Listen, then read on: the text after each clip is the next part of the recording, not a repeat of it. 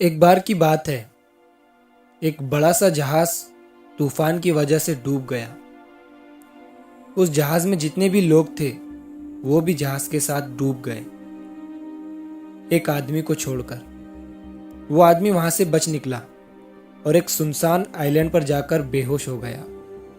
सुबह जब वो होश में आया, उसने देखा कि वो एक सुनसान आइलैंड पर था, जहां पर दूर दूर तक कोई भी नजर नहीं आ रहा था। वो ऊपर वाले की तरफ देखकर दुआ मांगने लगा कि मेरी मदद करो, इस सुनसान आइलैंड पर किसी न किसी को भेज दो। लेकिन वहां उसकी मदद के लिए कोई नहीं आया। दिन गुजरते गए। वो रोज ऊपर वाले से मदद के लिए दुआ करता। कुछ दिनों के बाद उसने दुआ करना छोड़ दिया। उसने वहां से बचने की उम्मीद खो दी। उसका सब्र टूट चुका था।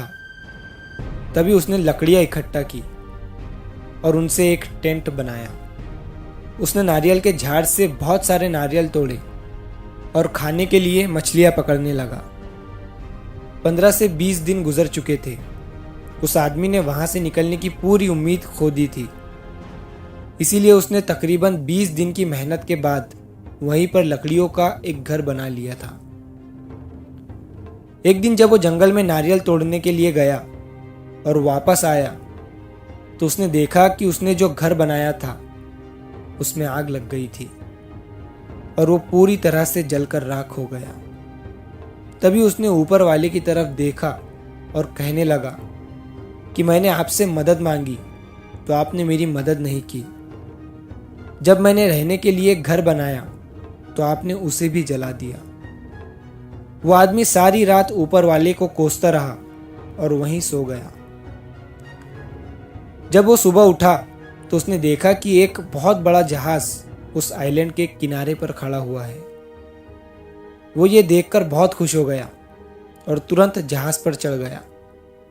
जब उसने पायलट से पूछा कि उन्हें कैसे पता चला कि वो इस सुनसान आइलैंड पर है, तब पायलट ने कहा कि तुमने आग जलाकर जो सिग्नल हमें भेजा था उसी की वजह से हम इस आइलैंड पर आए हैं। तभी उस आदमी ने कहा कि मैंने तो कोई सिग्नल नहीं भेजा था।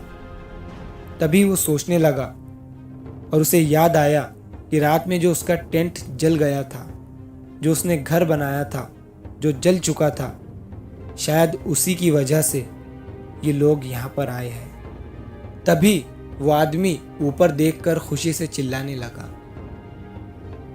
सेम चीज हमारे साथ भी होती है। हम रोज कई सारी प्लानिंग करते हैं और अगर चीजें हमारी प्लानिंग के हिसाब से नहीं होती है तब हम बौखला जाते हैं। किसी चीज को लेकर हमारी उम्मीद पूरी तरह से टूट जाती है। हमारा सब्र हमें आवाज देने लग जाता है और हम ऊपर वाले को ब्लेम करने लग जाते हैं। लेकिन आपको नहीं पता कि उसका प्लान आपके लिए क्या है।